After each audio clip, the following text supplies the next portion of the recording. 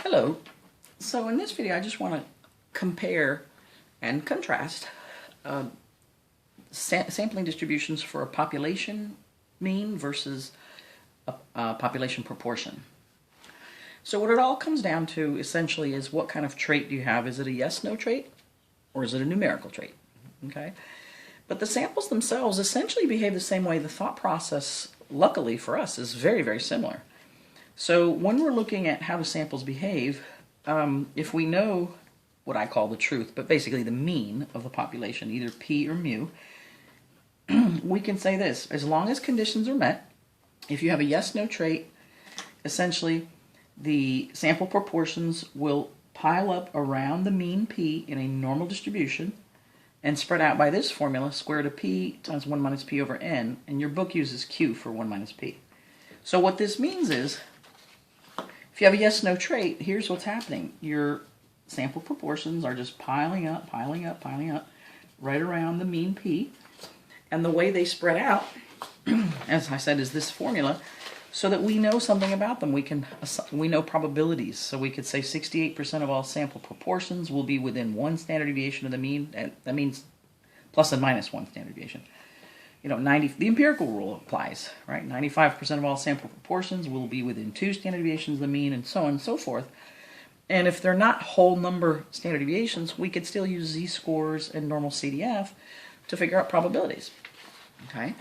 Now, if instead you have a numerical trait, then what happens is you have y bars, right, sample means, that pile up around the mean mu, right? And we use a mean to measure a numerical trait, versus a proportion or percent to measure a yes-no trait.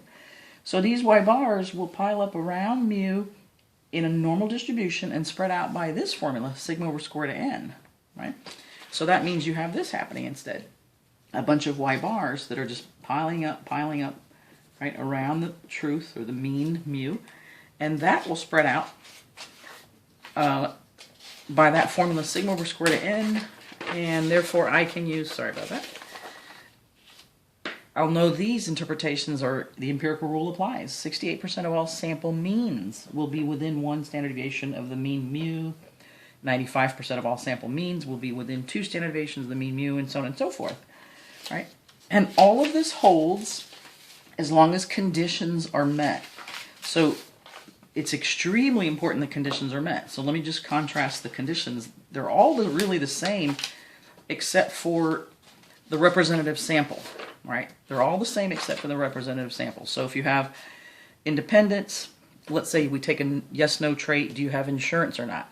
So you'd say whether one person has an insurance or not isn't going to affect whether another one does.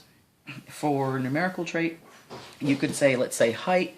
So does one person's height affect another person's height? You know, that kind of thing. No, they don't.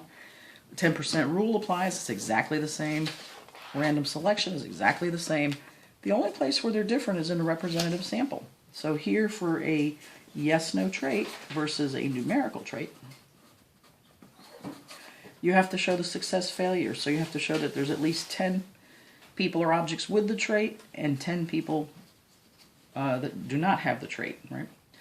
And then with a numerical trait, what you're looking for is that the sample size is at least 30 so that the central limit theorem applies, or, now this is a big deal here, this is an or, the population has to be normally distributed.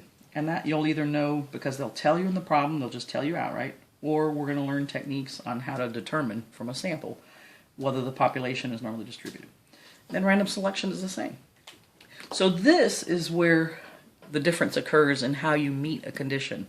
Everything else is the same. So just to recap, it's kind of nice on us because honestly, the thought process is all the same. The only thing that's different is, am I dealing with a yes-no trait or am I dealing with a numerical trait?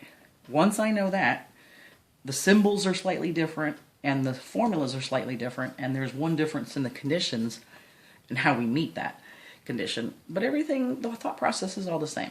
All right? Thanks so much for listening.